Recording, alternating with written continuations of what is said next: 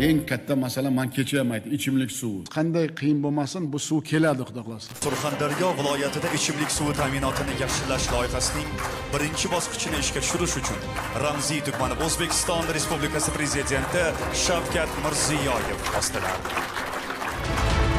Hayolimizga kelmagan ishlar bo'lib ketdi. Asli orzular amalga oshdi.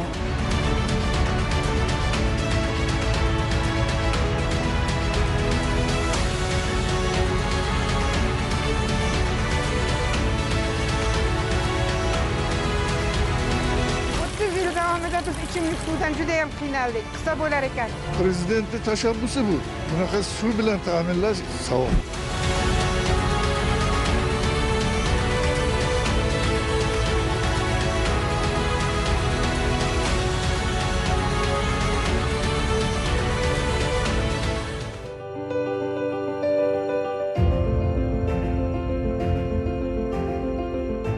Grafik asosida emas, har kuni suv ichish imkoniyati yaratdi.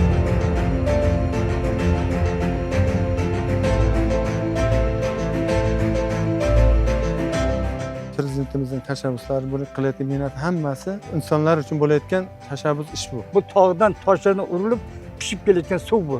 Xursandchiligimizda cheki yo'q. Suvsiz yashash qiyin. Ko'zlarimiz quvonch, ichimizda sevinch. Asrlar davomida orziq kelgan toza ichimlik suvi mana bugun ro'yobga chiqdi.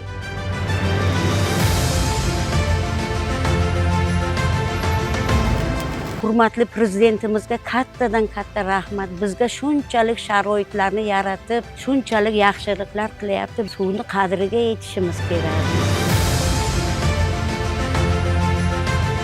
Bu O'rta Osiyoda yagona loyihalardan biri. Kim o'ylabdi? To'polondan shirin suv keladi deb. Bu suv dunyo bo'yicha tarkibi bo'yicha alohida. Ko'hna va Navqiron Termiz shahriga tashkil bo'lgani beri bunday suvni ko'rmagan.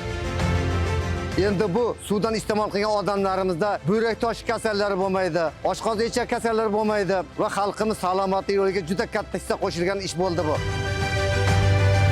Bunaqa suvlar yo'q edi. Suvlarni qayalardan tashib ichar edik. Suvsiz hayot yo'qda. Alloh bizga shunaqa bir ulug' suvni ato qilgan ekan, nihoyat qadriga yetishimiz kerak.